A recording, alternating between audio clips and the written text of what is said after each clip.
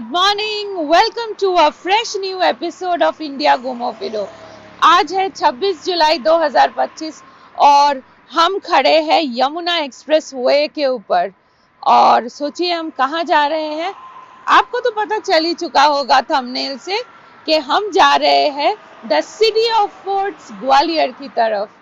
तो हमने सोचा क्यों ना इस वीकेंड को अच्छे से यूटिलाइज किया जाए और वीकेंड में ऐसी कोई जगह आपको दिखाए जो थोड़ा सा अलग हो लेकिन घर से पास।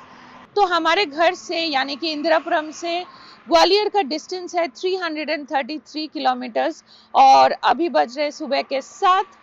हमें ग्वालियर पहुंचने के लिए लगेगा करीब 5.5 घंटे। ग्वालियर में देखने के लिए बहुत सारी चीज़ें हैं और वहाँ पे खाने के लिए भी बहुत सारे ऑप्शंस है। तो हमने सोचा क्यों ना इस वीकेंड को अच्छे से यूटिलाइज किया जाए और एक छोटा ट्रिप कर ले ग्वालियर का। तो चलिए मेरे साथ और जुड़े रहिए हमारे इस ब्लॉग के साथ एंड तक, क्योंकि हम आपको बहुत सारी चीज़ें दिखाने वाले हैं। तो चलते हैं और एक्सप्लोर करते हैं द सिटी ऑफ ग्वालियर।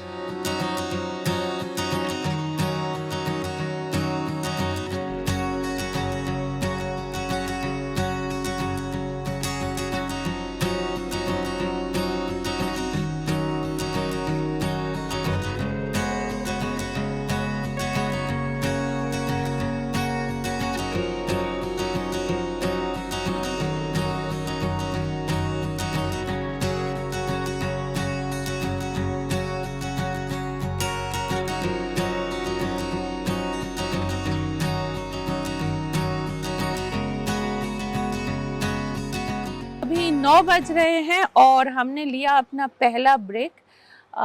हमने सोचा एक ब्रेकफास्ट ब्रेक ले लेते हैं। तो हम यमुना एक्सप्रेस वे पे हमने बहुत सारे स्टॉप्स देखा for food and public conveniences, लेकिन हमने सोचा यहाँ रुक जाते हैं। आपने देखा कि हमने मथुरा वाला कट क्रॉस किया।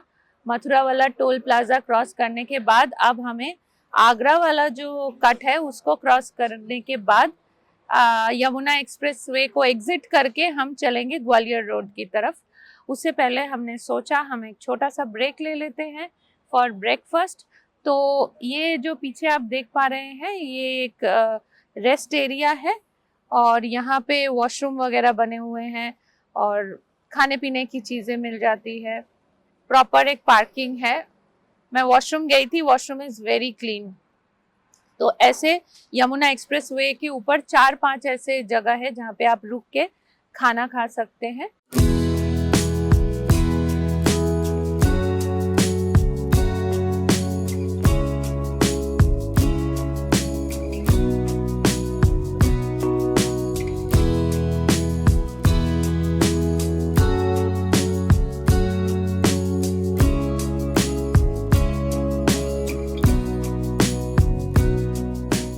बहुत सारे ऑप्शंस हैं, देख के ऑर्डर करेंगे क्या खा सकते हैं जो जल्दी हो जाए और हमें ज़्यादा टाइम भी ना लगे।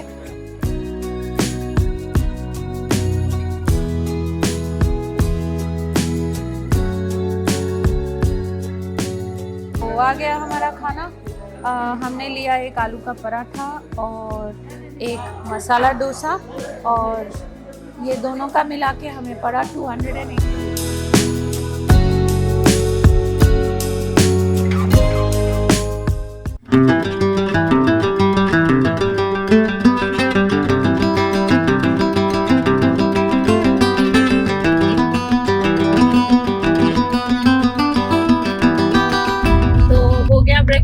और अब हम फिर से चल पड़े हैं ग्वालियर की तरफ। ब्रेकफास्ट काफ़ी अच्छा था और जल्दी सर्विस बहुत अच्छा था, जल्दी मिल भी गया खाना और हमने सोचा फटाफट खा के बस चलते हैं। तो चलिए चलते हैं। इसके बाद हम और कोई स्टॉप नहीं लेंगे, सीधा ग्वालियर में जाके।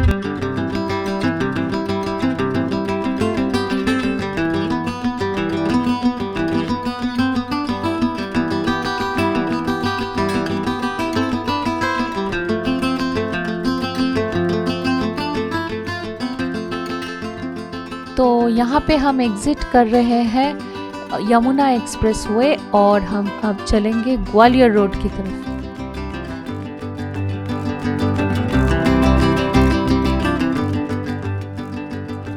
यमुना एक्सप्रेसवे छोड़ते ही जो रास्ता है वो अभी पूरी तरह से बना नहीं है, तो गूगल ने हमें ये अंदर से एक रास्ता दिखाया है जो सिंगल लेन है और काफ़ी ख़राब है।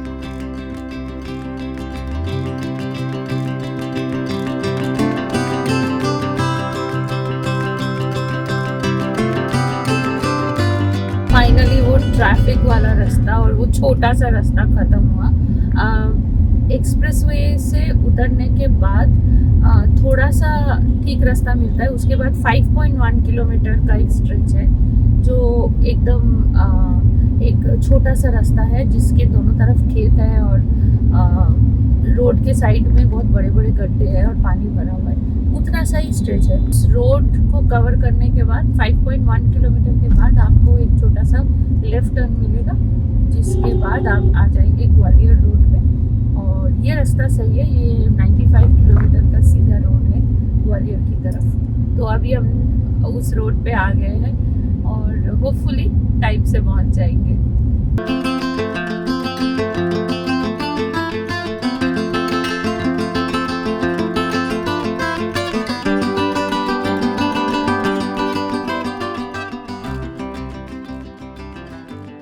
तो फाइनली हम पहुंच गए हैं ग्वालियर। ग्वालियर मध्य प्रदेश का एक ऐतिहासिक और सांस्कृतिक शहर है जो अपने भव्य किले, प्राचीन मंदिरों और समृद्ध संगीत परंपरा के लिए प्रसिद्ध है। ये शहर लगभग 215 मीटर की औसत ऊंचाई पर बसा हुआ है और इसके चारों तरफ चंबल और सिंध नदियों के मैदान फैले हुए हैं। संगीत प्रेमियों के लिए ये तानसेन संगीत समारोहों का शहर है जहां इंडियन क्लासिकल म्यूजिक की आत्मा बसी हुई है। तो कुल मिला के दोस्तों, ग्वालियर एक ऐसा शहर है जो इतिहास, संस्कृति और प्राकृतिक सौंदर्य का अद्भुत संगम है।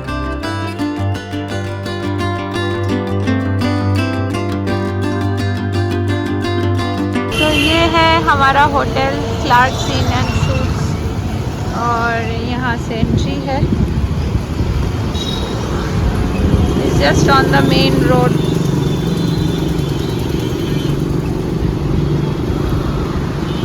यहाँ पे हमारी गाड़ी पार्क्ड है और यहाँ से हम एंट्री करेंगे होटल के अंदर।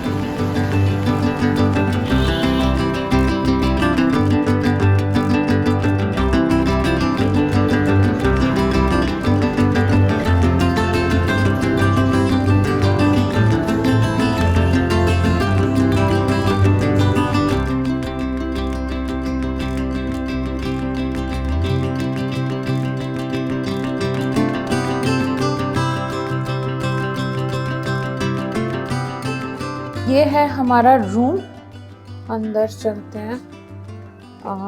वैसे हमने डीलक्स रूम बुक किया था लेकिन उन्होंने उसको अपग्रेड करके एग्जीक्यूटिव रूम कर दिया। यहाँ पे एक मिरर है, ये है रूम का व्यू। इधर एसी लगा हुआ है, टीवी है। ये वॉशरूम है, वेरी नीट एंड क्लीन, बहुत साफ है। और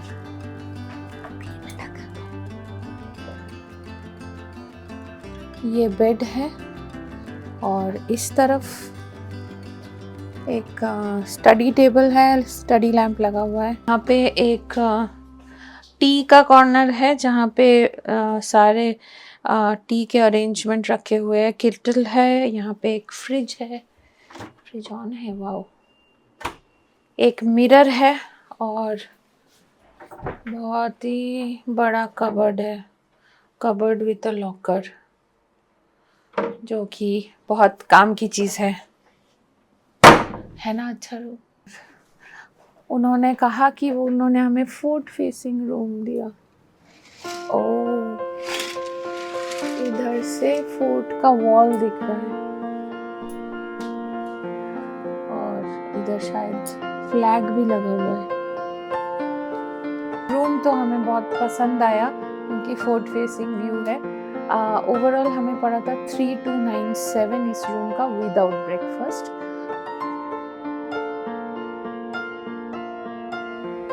हमारे पास टाइम काफ़ी कम है, इसीलिए जल्दी से लंच करके हम निकल पड़े हैं आज के पहले डेस्टिनेशन की तरफ। ग्वालियर का आउटस्कर्ट्स जो है वो बहुत ही ज़्यादा ग्रीन और सुंदर है। यही एक फ़ायदा होता है अगर आप मॉनसून में कहीं घूमने जा रहे हैं, नज़ारा एकदम अलग होता है। दोस्तों, आप जानते हो कि इंडिया घूमो फिरो में हम कोशिश करते हैं कि आप लोगों को कुछ ऑफ बीट लोकेशंस दिखाए जो थोड़े से अनएक्सप्लोर्ड है। आज हम ग्वालियर से करीब 30 किलोमीटर दूर एक ऐसी ही जगह के तलाश में आए हैं, तो वहाँ पहुँचते हैं और आप लोगों को दिखाते हैं। उम्मीद है आप लोगों को पसंद आएगी। कहते हैं जब संकट गहराता है और किस्मत रूठ जाती है, तब भगवान शनि ही न्याय के तराजू को संतुलित करते हैं। ग्वालियर जिले के मुरार कस्बे के पास स्थित है शनिचरा मंदिर, जो शनि देव के प्रमुख तीर्थ स्थलों में से एक है। मान्यता है कि ये वही स्थान है जहां रावण के बंधन से मुक्त होने के बाद शनि भगवान ने आकर विश्राम किया था। आज हम उसी मंदिर की दर्शन करने जा रहे हैं। अभी हम आए हैं ग्वालियर से 30 किलोमीटर दूर शनिचरा मंदिर में। यहाँ पे आप देख सकते हैं पीछे ये एंट्री गेट है इस मंदिर का। ये पार्किंग एरिया है, यहाँ पे आप अपना गाड़ी पार्क कर सकते हैं। दो तरह से एंट्री गेट है, एक इधर से एंट्री गेट है और एक पीछे की तरफ से भी है। तो चलिए चलते हैं मंदिर के अंदर। से आज शनिवार का दिन है और शनिचरा मंदिर देखने आए हैं, तो आज है ही शनि भगवान जी का दिन।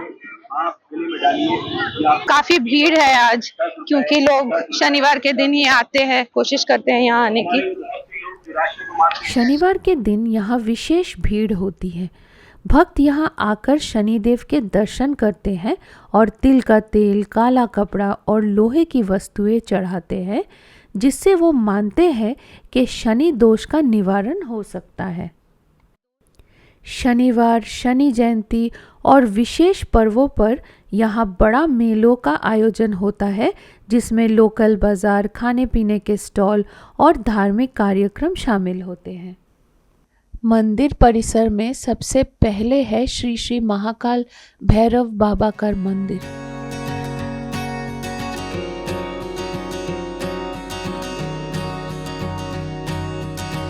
तो ये मंदिर का एंट्री गेट है, जहां से आप अंदर जा सकते हैं।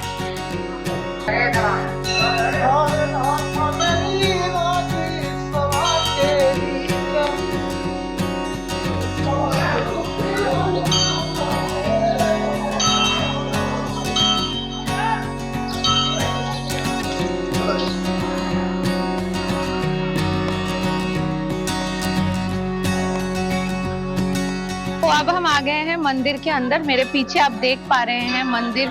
अभी दर्शन के लिए चलते हैं। पे दो टाइप का एंट्री है। अगर आपको वो बड़े वाले लाइन से आना है तो वो एंट्री फ्री है, और साथ में ये जो लाइन है जहाँ पे कोई लाइन है नहीं, आप बस एंट्री देख सकते हैं। यहाँ पे 50 रुपीज पर हेड का टिकट है, तो हमने 2 लोगों के लिए 100 रुपीज का टिकट लिया।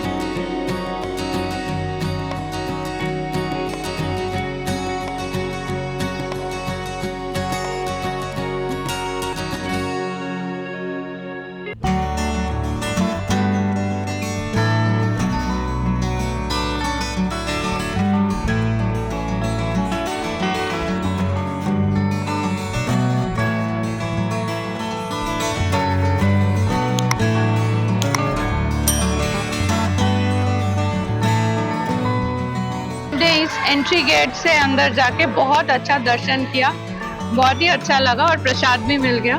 तो आप इधर से भी जाके, अगर आप टिकट लेते हैं तो आप यहाँ से एंट्री करके जा सकते हैं और शनिदेव का दर्शन कर सकते हैं।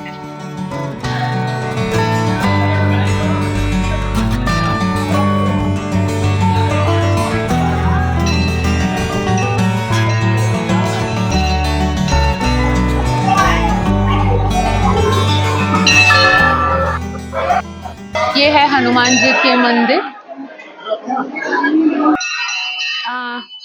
शनि महाराज के मंदिर के अलावा भी यहाँ पे और भी मंदिर है, जैसे कि यहाँ आप देख पा रहे हैं काली माता का मंदिर है, हनुमान जी का भी मंदिर है, गणेश जी का भी मंदिर है, शिवलिंग भी है, राधा कृष्ण जी की भी मूर्ति है। अब मैं आप लोगों को बताती हूँ कि इस जगह की मान्यता क्यों है इतना। तो कहा जाता है कि हनुमान जी जब लंका दहन करने की कोशिश कर रहे थे तो वो हर बार नाकामयाब हो रहे थे, क्योंकि रावण के सिंहासन के नीचे शनि महाराज विराजमान थे। तब हनुमान जी ने अपने गदा से प्रहार करके शनि महाराज को वहां से मुक्ति दिलाई और वो यहाँ आके विराजमान हुए। तभी से ये मंदिर है और इसी वजह से इस मंदिर की बहुत ज्यादा मान्यता है।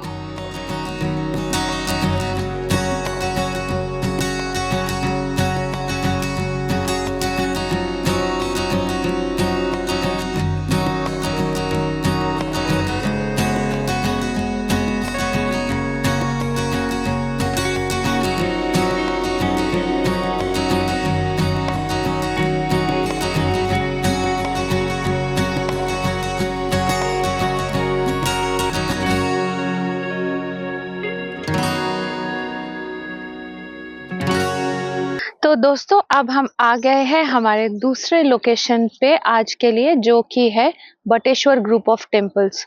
वैसे आप लोग मुझे ये जरूर कमेंट करके बताना कि आप लोगों को कैसा लगा शनिचर धाम, और क्या आप लोगों की भी दर्शन अच्छी हुई जैसे मेरी हुई है। आशा रखती हूँ आप लोगों को अच्छा लगा होगा, और अगर अच्छा लगा है तो प्लीज इस ब्लॉग को लाइक, शेयर एंड सब्सक्राइब कीजिएगा। और अब चलते हैं अंदर। हम खड़े हैं एंट्री गेट पे। यहाँ पे निशुल्क एंट्री है, यानी कि आपको कुछ पे करने की जरूरत नहीं। और इस तरफ एक बहुत बड़ा सा पार्किंग एरिया है, यहाँ पे भी कोई चार्ज नहीं है पार्किंग करने के लिए। तो चलिए चलते हैं अंदर।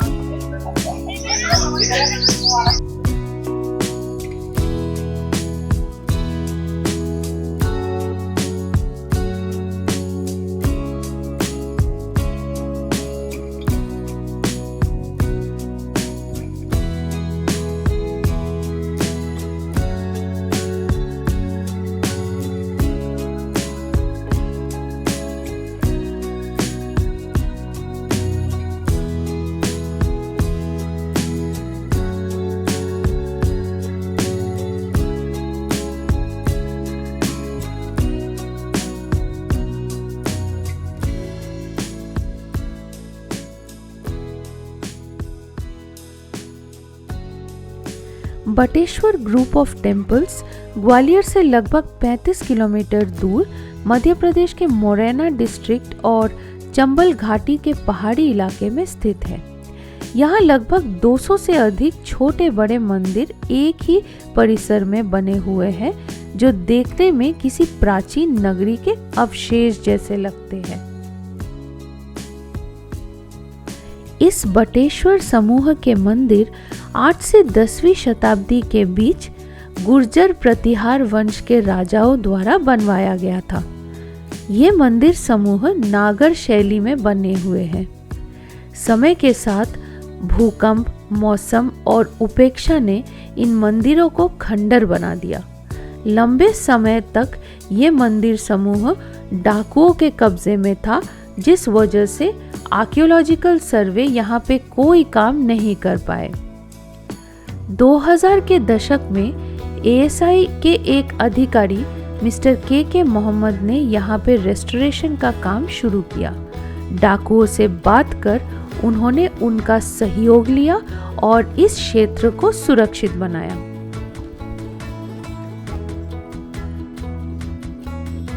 धीरे धीरे पत्थर दर पत्थर हर मंदिर को उसकी मूल स्थिति में वापस खड़ा किया गया, बिना आधुनिक सीमेंट कंक्रीट के पारंपरिक तकनीक का इस्तेमाल करते हुए।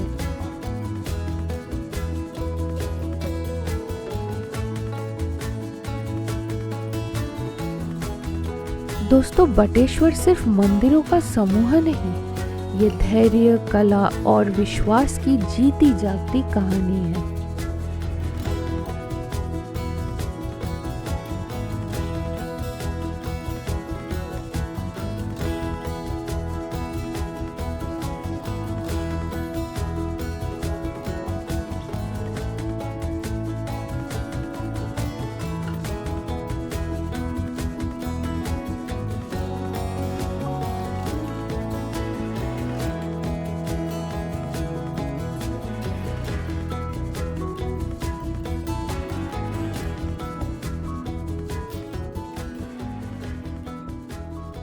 दोस्तों ये है बटेश्वर ग्रुप ऑफ टेम्पल्स का कॉम्प्लेक्स। उस कॉम्प्लेक्स में मैं खड़ी हूँ इस वक्त। ये एरिया जो है ये 5th-6th सेंचुरी में शायद बना था। लोकल्स का ये कहना है कि इस एरिया में करीब 400 मंदिर हुआ करते थे और आप देख सकते हो हर एक मंदिर जो है वो शिव जी को डेडिकेटेड है। जब ये साइट एक्सकवेट हुआ था तो ये साइट इस तरह से मिला था, देखिए जैसे यहाँ पे स्ट्रक्चर्स हैं कुछ इसी तरीके से मिला था। ये सारे जो आप पत्थर के टुकड़े देख रहे हैं ये सब अवशेष इस एक्सकवेशन साइट से मिला था। गवर्नमेंट ऑफ इंडिया और आर्कियोलॉजिकल सर्वे ऑफ इंडिया के इनिशिएटिव से इस जगह को रिस्टोर किया गया है। इसका मतलब ये है जो अब जो मंदिर आप देख पा रहे हैं वो असल में रिस्टोर किया गया है। वो भी मंदिर ऐसे ही मिले थे हमें जैसे कि ये पीसेस अभी आप लोगों ने देखा और बाद में इसको रिस्टोर किया गया। अभी भी हम कई जगह देख रहे हैं कि रेस्टोरेशन का काम चल रहा है।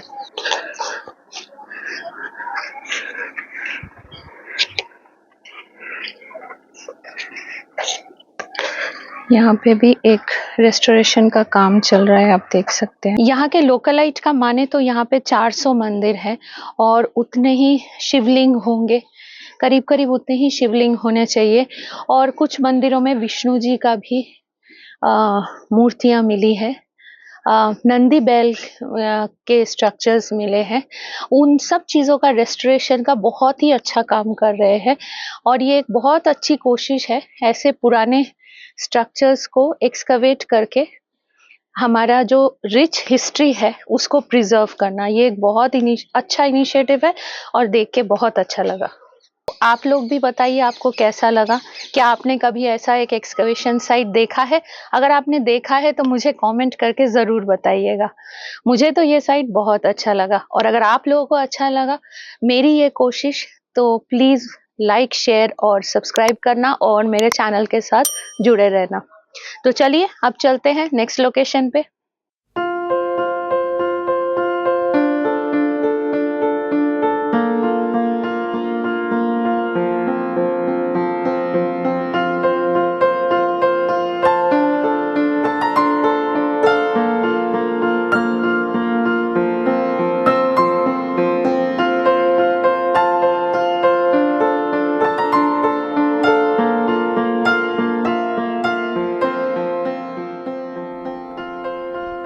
अभी हम जा रहे हैं मीतावली गांव, जहां पे एक बेहद खास और प्राचीन धरोहर मौजूद है जिसका नाम है 64 योगिनियों का मंदिर। ये मंदिर संभवतः 10वीं से 12वीं शताब्दी के बीच बना था।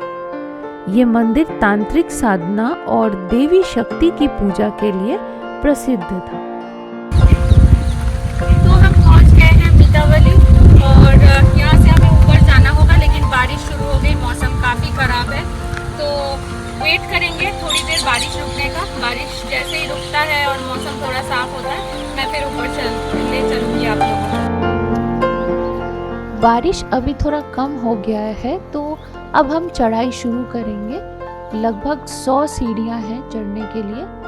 एक चीज़ है, ये रास्ता बहुत ज़्यादा उबड़ खाबड़ है, तो अगर आप बारिश के मौसम में यहाँ आ रहे हैं तो आपको बहुत ज़्यादा सावधानी बरतनी पड़ेगी।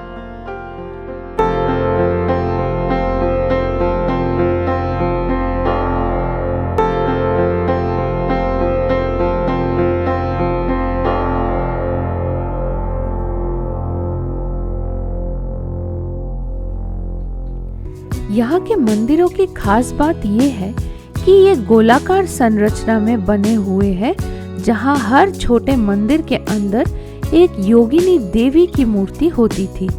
हालांकि आज ये मंदिर खंडर में है, लेकिन यहाँ की नक्काशी और पत्थर की कला अब भी अपनी कहानी कहती है। गवर्नमेंट ऑफ इंडिया और archaeological survey of India in मंदिरों के संरक्षण के लिए प्रयास कर रहे हैं ताकि ये इतिहास आने वाले पीढ़ियों तक सुरक्षित रहे। दोस्तों ये है एंट्रेंस, 64 योगिनियों का मंदिर बोलते हैं इसको। यहाँ पे 64 छोटे छोटे कमरे बने हुए हैं और हर एक में शिवलिंग है। और सेंटर में एक मंदिर है जो थोड़ी ऊंचाई पे बना हुआ है, उसमें एक बड़ा सा शिवलिंग है।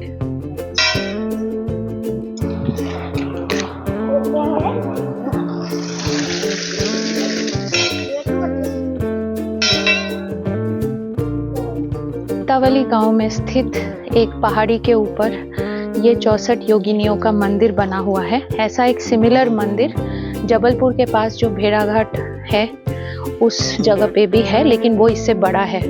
इसका स्ट्रक्चर देखिए दोस्तों, आपको देख के लग जाएगा कि हमारा जो पार्लियामेंट या संसद है उसका भी स्ट्रक्चर इसी ढांचे में बना हुआ है, बिल्कुल सेम स्ट्रक्चर है। थोड़ी ऊंचाई एक चबूतरे पे बना हुआ है एक शिव जी का मंदिर। इसका शिवलिंग थोड़ा बड़ा है। इस मंदिर की कोई पूजा तो नहीं होती, लेकिन यहाँ आके लोग हाथ जरूर जोड़ लेते हैं। वैसे आसपास के जो गांव के लोग हैं वही यहाँ पे आते हैं।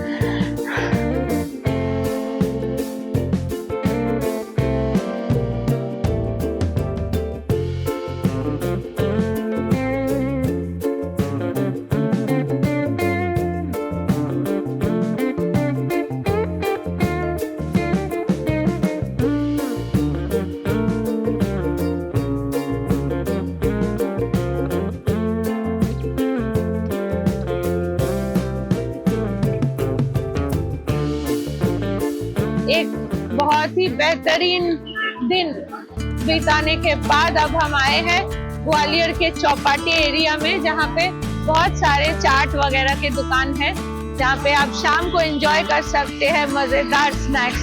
तो चलिए चलते हैं और कुछ खा लेते हैं। यहाँ पे जो भी दुकान है तरह तरह के अंकल लिखे हुए हैं, सुमित अंकल, राज अंकल, हो सकता है यहाँ पे दुकानों का नाम ऐसे ही होता हो। यहाँ पे स्पेशल भेलपुरी और चाट वगैरह मिल रहा है, सेव पूरी, बटाटा पूरी, ये सब मिल रहा है। और भी बहुत सारे फास्ट फूड सेंटर है। फॉर वेजिटेरियन फूड ये बहुत ही अच्छा है। यहाँ पे छोले कुलचे, पापड़ी चाट, आलू टिक्की, ये सब मिल रहा है। सबके नाम अलग अलग है, कोई सुमित अंकल है, कोई सजी अंकल है, कोई कुछ ऐसा, सब चाइनीज फास्ट फूड। तो हमने एक छोटा सा इंटरव्यू लिया एक दुकान पे जाके, फास्ट फूड का शॉप है, उनके दुकान का नाम था सुमित अंकल। और मैंने कुछ लोगों से सुना था ये किंग अंकल वाला शॉप बहुत फेमस है। तो देखते हैं यहाँ क्या क्या मिल रहा है। तो यहाँ पे सारा खाना जो है वो वेजिटेरियन फूड है, तो वेजिटेरियन लोगों के लिए ये एक हेवन है। Pizza, burger, momo, spring roll, Chinese, सब कुछ मिल रहा है। हमारे यहाँ चाइनीज के सारे आइटम है, जिसमें नूडल्स है, मंचूरियन है, चिली पनीर है, चिली पोटैटो है, स्प्रिंग रोल है, एंड पाव भाजी, पिज्जा, बर्गर एंड सैंडविच। इस चौपाटी की सबसे पुरानी जो दुकान है चाइनीज की वो यही है। हमने यहाँ से फिर स्प्रिंग रोल लिया और काफी थक गया, इसीलिए ज्यादा कुछ ऑप्शन नहीं ट्राई करेंगे। खा के बताते हैं आप लोगों को कि कैसा लगा हमें। तो आज का ये एक्साइटिंग डे यहीं पे ख़त्म करते हैं। हम होटल वापस आ गए हैं। आप लोगों ने देखा कि आज का दिन कितना हेक्टिक था। काफ़ी सुबह हम निकले थे घर से, फिर हम ग्वालियर आए और यहाँ आते आते ही काफ़ी टाइम हो गया था, करीब 12:30 पौने 1 बज गए थे। रास्ते में आपने देखा रास्ते में कितना ट्रैफिक था, तो हम लेट हो गए थे। उसके बाद लंच के बाद हम लोगों ने 3 स्पॉट कवर किया, आप लोगों ने भी देखा। मुझे उम्मीद है कि आप लोगों को अच्छा लगा होगा, और अगर अच्छा लगा है तो आप लोगों को पता है क्या करना है। प्लीज़ मेरे व्लॉग के साथ जुड़े रहिए और इसे लाइक, शेयर एंड सब्सक्राइब कीजिए। मैं एक चीज़ आप लोगों को बताना चाहूँगी कि जब भी हम दिल्ली से आसपास की कोई जगह जाने की कोशिश करते हैं या जाने के बारे में सोचते हैं तो जनरली वही स्पॉट्स जो हम बहुत बार जा चुके हैं वही दिमाग में आता है, जैसे जयपुर चले गए या फिर आगरा चले गए ऐसे। बट ये बहुत कॉमन लोकेशंस है, और अगर आप कुछ ऐसी जगह जाना चाहते हैं जो अनएक्सप्लोर्ड है, जो थोड़ा अलग है, थोड़ा हटके है, तो मैं तो ये कहूँगी कि Gwalior is a very good option. हमने ट्राई करके देखा कि यहाँ आना भी इतना कोई मुश्किल बात नहीं है। अब घर से बाहर निकलेंगे ट्रैफिक तो होगी, है ना? खाली रास्ते कहाँ मिलते हैं, है ना? तो अगर आप वो थोड़ा-सा ट्रैफ़िक वाला पार्ट या वो 5-10 किलोमीटर का स्ट्रेस, वो अगर आप उसको अगर इग्नोर करें तो मैं तो ये कहूँगी कि Gwalior is a very good option. बहुत कुछ है यहाँ देखने के लिए, इसका जो हिस्टोरिकल सिग्निफिकेंस है इस जगह की, बहुत सारी चीज़ें हैं। और मेरे लिए आज वो एक्सकवेशन साइट बहुत ही डिफरेंट एक्सपीरियंस था। मैंने कभी सोचा नहीं था कि मैं ऐसी कोई जगह कभी जा पाऊँगी। हमेशा से हिस्ट्री में इंटरेस्ट था और सोचती थी कि कभी जाऊँगी, बट आज बहुत अनोखा एक्सपीरियंस था मेरे लिए। अम, आप ट्रस्ट कीजिए, आपने वैसे देखा भी होगा पार्किंग लॉट में इन बटेश्वर ग्रुप ऑफ टेम्पल्स बहुत कम गाड़ियाँ थी, बहुत कम लोग थे वहाँ पे, क्योंकि लोगों को पता ही नहीं है ऐसी इतनी अच्छी जगह है। एंड एमपी का जो सीनिक ब्यूटी है वो भी बहुत अच्छा है। I mean it's amazing. बहुत ही अनएक्सप्लोर्ड प्लेसेस है, छोटे छोटे हिलॉक्स हैं जिसके ऊपर कुछ पुराने स्ट्रक्चर्स बने हुए हैं, टेम्पल्स बने हुए हैं। And I am so happy to see that the government and the Archaeological Survey of India is taking so much pain and effort in putting in these restoration exercises, जो कि बहुत अच्छी बात है। हमारे अपने हिस्ट्री को प्रिजर्व करना कितनी अच्छी बात है। अच्छा, अब एक काम की बात कर लेते हैं। ग्वालियर आप वैसे अगर आप आना चाहते हैं तो आप कोशिश कीजिए कि आप 2 नाइट्स के लिए प्लान करें, क्योंकि यहाँ देखने के लिए बहुत सारी चीज़ें हैं। हमारे लिए थोड़ा टाइम का शॉर्टेज था, इसीलिए हमें ये 1 डे में रैप अप करना पड़ा, और आज हमने 3 प्लेसेस देख लिए। लेकिन कल का दिन बहुत ज़्यादा हेक्टिक होने वाला है, तो हम कोशिश करेंगे कि सुबह 7 बजे तक हम फोर्ट के लिए निकल जाए। और फोर्ट भी देखना है, कल पैलेस भी देखना है,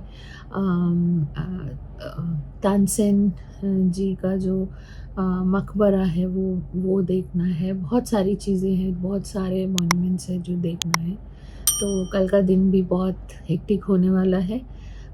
तो आज का व्लॉग यहीं पे ख़त्म करती हूँ, और कल सुबह मिलेंगे at the fort early in the morning. तब तक के लिए take care, bye bye, good night.